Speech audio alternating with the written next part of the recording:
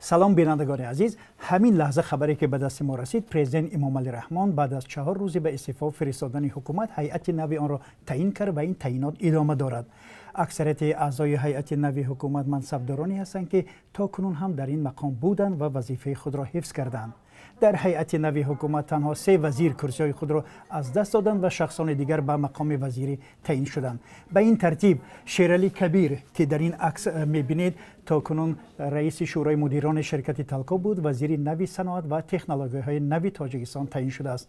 دلیر جمعه که قبلا رئیس شرکت پامیر انرژی بود، وزیر نوی انرژتیک تعیین گردیده است. در وزارت گفتن عثمان علی عثمانزاده وزیر پیشین انرژتیک مقام نو گرفت و معاون نخست وزیر شد. همین گونه گلرو جبرزاده که همگی 10 ماه پیش وزیر مهنت و شغل اهالی و مهاجرت تعیین شده بود، از مقامش برکنار شده. به جای او شیرین امانزاده 42 ساله نشست. امانزاده تا این دم در منصب رئیس کمیته رشد سیاحی نزد حکومت تاجیکستان فعالیت داشت. امان الله سلیمزاده وزیر کشاورزی نیز از مقام برکنار شده. به جای او سلیمان زیازاده وزیر کشاورزی تاجیکستان منصوب شد.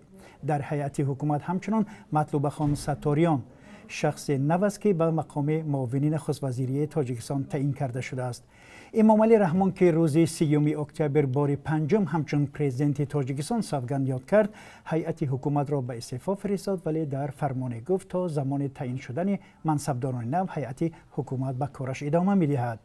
بینندگان ارجمند، حالا همه تغییرات کادری که تا همین حالا در حکومت تاجیکستان پیش آمد ما شما را آگاه کردیم. احتمال تغییرات کادری در روزهای نزدیک باز هم ادامه کند.